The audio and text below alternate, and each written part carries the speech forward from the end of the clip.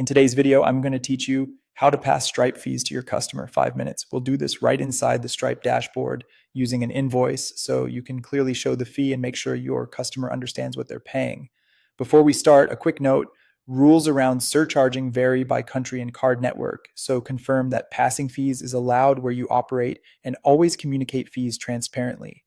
Begin by going to stripe.com and signing into your account. Once you're in, you'll land on your dashboard home. From there, head to billing, then open invoices. This is where you'll create or edit the invoice you want to send. Choose the customer you're invoicing. If you already have an invoice started, open it.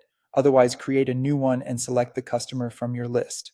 Next, set the correct currency for the invoice.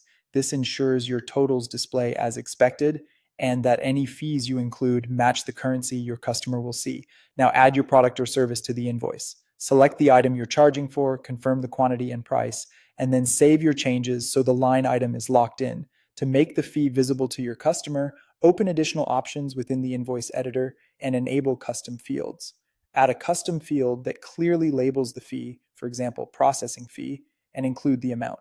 This creates transparent professional documentation on the invoice. Keep in mind that custom fields are informational. They don't change the invoice total by themselves.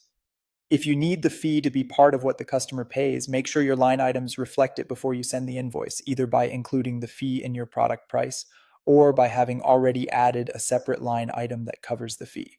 Take a moment to review everything: customer details, currency, products or services, and your fee note in the custom fields. Check taxes if applicable and confirm the final total matches what you intend to collect. Fees can vary by payment method and region, so base your fee amount on your current pricing with Stripe to avoid surprises. When you're satisfied, click Send Invoice.